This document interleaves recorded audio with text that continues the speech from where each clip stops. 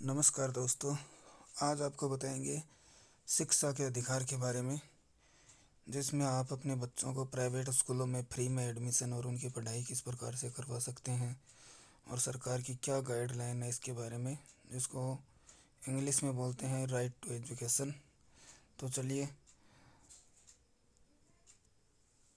शिक्षा का अधिकार अधिनियम 2009 की धारा 12(1) के अंतर्गत गैर सरकारी यानी कि प्राइवेट विद्यालयों में निःशुल्क सीट पर प्रवेश, भौतिक सत्यापन व विद्यालयों की फीस के पुनर्भरण के लिए दिशा निर्देश, ये 2020-21 का नोटिफिकेशन है दोस्तों। अभी नया नोटिफिकेशन 2022 का अभी आया नहीं है, अभी आने वाला है। इसके बारे में कुछ इसकी पृष्ठभूमि वगैरह ये जो इस प्रकार से हैं, ये आपको नोटिफिकेशन में मिलेगी। अभी जो नया नोटिफिकेशन आएगा इसमें पूरी जानकारी आपको देते हैं। अभी देखिए, अब इसमें देखिए आप, निःशुल्क और अनिवार्य बाल शिक्षा अधिकार अधिनियम 2009, ये राजस्थान राज्य में 1 अप्रैल 2010 से लागू किया गया था इसको, जिसमें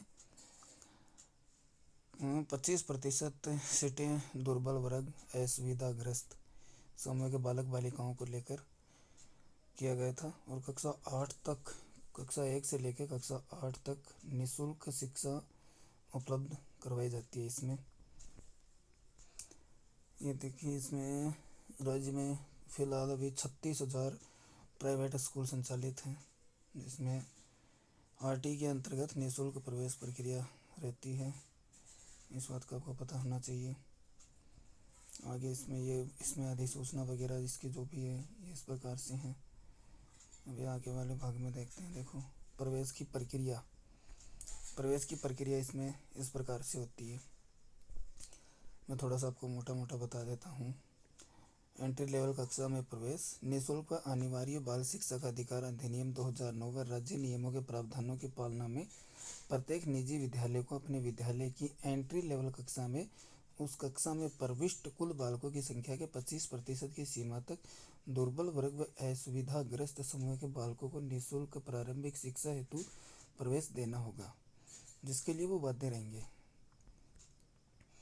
अभी देखिए, आपको निःशुल्क व सशुल्क सीट्स पर अध्ययनरत बालक बालिकाओं में से जो बालक बालिकाएं विद्यालय छोड़ चुके हैं या टीसी ले जा चुके हैं, उनके नामों को पोर्टल से इनको हटाना भी पड़ता है। ये तो स्कूल की स्तर की बातें हैं। अब इसमें देखिए, पात्रता किस प्रकार से अपन कर सकते हैं। बालक गैर सरकारी विद्यालय के आसपास के परिक्षेत्र में निवास करने वाला होना चाहिए। मतलब जो भी प्राइवेट स्कूल है उसके आसपास के एरिया में रहने वाला बालक होना चाहिए। इसमें यह है, किसी भी स्थिति में विद्यालय से संबंधित शहरी निकाय ग्राम पंचायत से बाहर निवास करने वाले बालक बालिका उस विद्यालय में प्रवेश के पात्र नहीं होंगे। जैसे दोस्तों, अगर आपके पास वाले गांव में या पास वाले शहर में आपको कोई स्कूल पसंद है और आप वहां पे एडमिशन लेना चाहते हो, तो इसमें ये प्रावधान नहीं है। इसमें मतलब कि आपके आसपास का ही होना चाहिए। आपका जो पंचायत जो है उस पंचायत के अंतर्गत उसके अंडर में होना चाहिए वो। अब इसमें देखिए, इसमें किस प्रकार से किया जाता है। इसमें सबसे मेन चीज़ क्या है कि परिवार की जो आय है, इनकम वो 2.5 लाख रुपए या उससे कम होनी चाहिए। आपको एक आय प्रमाण पत्र बनवाना पड़ेगा, जो कि 2.5 लाख से उम्र उसकी कम होनी चाहिए। अब इसमें कौन कौन इसमें अप्लाई कर सकते हैं ये भी देखिए। इसमें अनुसूचित जाति के बच्चे आते हैं, अनुसूचित जनजाति के SC ST हो गया, अनाथ जिसके माता या पिता नहीं है, HIV या कैंसर से प्रभावित माता पिता के बालक, युद्ध विधवा के बालक और निःशक्त बालक, ये हैं। और ये आ गया इसमें OBC SBC जिसको MBC भी बोलते हैं, पिछड़ा वर्ग या विशेष पिछड़ा वर्ग, ऐसे बालक जिनके अभिभावकों की वार्षिक आय 2.5 लाख रुपए से कम हो, ऐसे बालक इसमें। दोस्तों, इसमें सबसे मेन चीज़ इसमें यह है कि आप अपने बच्चे का अगर एडमिशन करवाते हैं तो RT में आप राइट टू एजुकेशन के अंतर्गत अगर आप एडमिशन करवाते हैं तो आपके बच्चे को एडमिशन फर्स्ट क्लास से ही मिलेगा। अगर आप सेकंड में करवाना चाहते हैं तो वो नहीं होगा, इसमें सेकंड क्लास में ही मिलेगा। और बच्चे की आयु 5 वर्ष या 5 वर्ष या उससे अधिक, फिर 7 वर्ष से अधिक नहीं होनी चाहिए, इसके अंडर रहनी चाहिए। और ये इसमें जो दे रखा है 31 मार्च 2020 को पूर्ण होनी चाहिए। ये अभी जो आएगा नोटिफिकेशन, इसमें आगे की डेट आएगी 2000, इसमें 21 22 की डेट आएगी इसमें। ये पुराना है, मैं आपको बता रहा हूँ 2020 वाला ये, इस वजह से।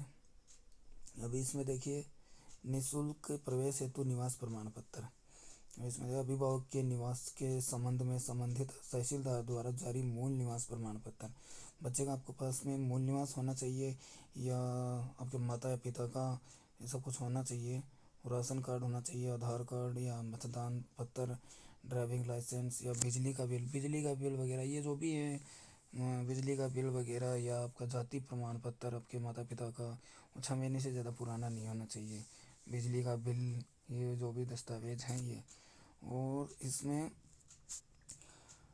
इसमें ये है कि अगर आपका गांव में या शहर में अगर वार्ड उल्लेख नहीं है कहीं पे भी, और आपको पता भी नहीं है और यहाँ पे नहीं है, तो आप अपने सरपंच से या पंच पार्षद आपके एरिया में जो भी हो, उनसे आपको लिखवा के वो देना पड़ेगा कि इसमें ये नहीं है आपका वार्ड वगैरह, ये इसमें ये देना पड़ेगा आपको। और इसमें देखिए, निःशुल्क प्रवेश हेतु आयु के सबूत के लिए दस्तावेज, इसमें ये है।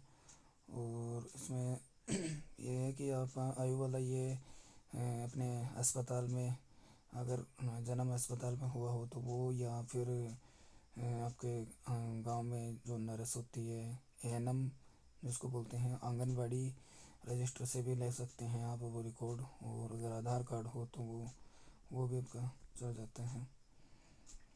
अब इसमें देखिए, एक दस्तावेज निःशुल्क प्रवेश हेतु आयु के सबूत के लिए मान्य होगा तथा दस्तावेज पर अंकित बालक की जन्म तिथि को ही अंतिम माना जाएगा, जिसको जन्म प्रमाण पत्र बताते हैं। जन्म प्रमाण पत्र आपके पास में होना चाहिए इसके लिए, या अगर आपके पास में शुरू में अगर नहीं है तो भी कोई बात नहीं है उसमें। मतलब इसमें क्या होता है कि स्कूल में जो भौतिक सत्यापन होती है, इनकी टीम आती है शिक्षा विभाग की, वो जांच करने के लिए आती है दस्तावेज़ों की। तो वो जब जांच करने आए उससे पहले पहले आपको अपने स्कूल में वो दस्तावेज, जन्म प्रमाण पत्र वगैरह ये जमा करवाने होंगे। चलिए दोस्तों, आगे चलते हैं। अब इसमें देखिए, आपको सोच रहे होंगे कि 25% किस प्रकार से वगैरह, जो भी आप सोच रहे होंगे, तो इसमें आप देखिए, सपोज कीजिए कि जैसे किसी स्कूल में 40, जैसे किसी कक्षा में 40 बच्चे हैं, तो उसका 25% का मतलब 10 बच्चे हो गए। तो इस प्रकार से ये सीटों का आवंटन होता है इसमें। अभी आगे देखिए आप, ये देखो, ये पूरी की पूरी इस प्रकार से दे रखा है कि किस प्रकार से ये स्कूल इनको बच्चों को आवंटित होती है, उसके बारे में ये सारी चीज़ें इसमें है। आपके कैचमेंट एरिया से अगर बाहर का कोई स्कूल हो तो उन सीटों पे आपको एडमिशन मिलेगा नहीं, इस बात को आप ध्यान रखें। तो आप स्कूल जब भी भरो तो आप अपने एरिया की ही स्कूल उसको भरना है आपको। अदरवाइज़ दूसरे कहीं भी दूसरी जगह की आपको स्कूल नहीं भरनी है। आप किसी दूसरे ज़िले की या दूसरी तहसील की भरोगे तो आपको स्कूल वाले आपको एडमिशन आपके बच्चे को नहीं देंगे इसके लिए। इसमें देखिए, तो आपको ये ऑनलाइन करना पड़ता है, मैं इसमें नीचे दिया भी हुआ है, ऑनलाइन करना होगा। तो सबसे मेन चीज़ इसमें ये है कि ऑनलाइन आप फॉर्म भरते हो तो उसको फॉर्म को लॉक करना रहता है, तो आप उसको लॉक करना बिल्कुल ना भूलें, ये भी आप ध्यान रखिए। और फिर ये आवंटन जो उसको स्कूलों का होता है, ये ऑनलाइन लॉटरी के माध्यम से होता है, तो वो आपको पता होना चाहिए। और इसमें ये है, ये देखो, ये आवश्यक जो दस्तावेज हैं वो इस प्रकार से हैं। अभिभावक की आय 2.5 लाख से कम होने का प्रमाण पत्र होना चाहिए। अभिभावक का निवास या संबंधित, जिसको मूल निवास बताते हैं, बोनाफाइड सर्टिफिकेट, बालक की आयु संबंधी यानी कि जन्म प्रमाण पत्र वगैरह, ये जो दस्तावेज हैं ये होने चाहिए। इसमें ये है, ये देखिए, इसमें अनुसूचित जाति प्रमाण पत्र अथवा बालक अभिभावक का अनुसूचित जनजाति प्रमाण पत्र, अनाथ आश्रम द्वारा कोई भी इस प्रकार का कोई भी बच्चा हो तो उसको इस प्रकार का दस्तावेज चाहिएगा। अगर कोई बीपीएल है तो उसको बीपीएल का जो कार्ड होता है वो वगैरह केंद्र सूची या राज्य की सूची में अगर उसका नाम है तो वो उसको स्कूल में जमा करवाना होगा उसके लिए। अभी इसमें आगे देखिए आप, इसकी सूचना वेबसाइट पे ही आती है, जो आरटी की जो वेबसाइट होती है उसी पे आती है। इसमें ये देखो, ये पहले मतलब कि ऑफलाइन प्रक्रिया में इस प्रकार से फॉर्म होता था। ऑफलाइन जिस टाइम पे ऑफलाइन फॉर्म भरे जाते थे, अब ये पूरा पूरा ऑनलाइन हो चुका है। ये स्कूल वाले ये फॉर्म रहता है, अभी भी रहता है, बट ये भैया स्कूल वाले रखते हैं। स्कूल वाले अपने आप ही अपने हिसाब से कर लेते हैं वो। ये माता पिता संरक्षक द्वारा शपथ पत्र होता है एक प्रकार से, ये है। अभी आगे इसमें है आपका, ये देखिए रिपोर्टिंग प्रपत्र, ये विद्यालय के स्कूल के लिए ही रहता है। इस प्रकार से ये इस प्रकार का रहता है, ये स्कूल वगैरह की सील्स हस्ताक्षर वगैरह ये रहता है। इसमें से एक पर्ची आपको दे देते हैं, एक पर्ची वो खुद रख लेते हैं। अभी ये देखिए, ये इसकी आरटी की जो वेबसाइट है वो वेबसाइट कुछ इस प्रकार से है,